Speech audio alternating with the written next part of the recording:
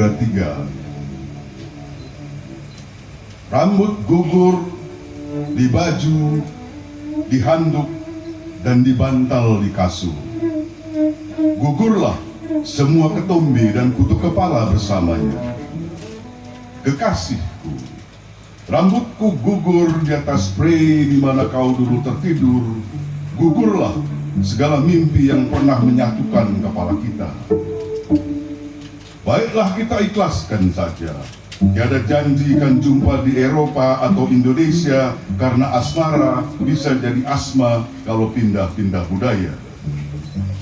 Asmara cuma lahir di gelas bir atau whisky, di mana segala berujung di kasur dan kamar mandi.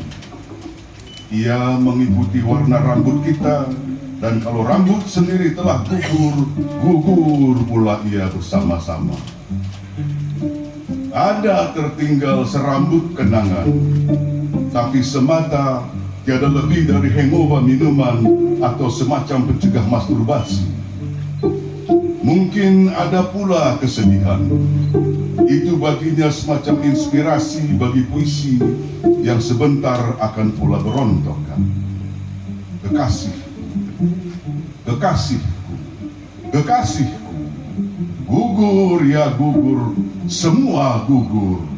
Rambut, ketombe, dan kutu-kutu di kepala. Yang kita perlu cuma sampo lidah buaya.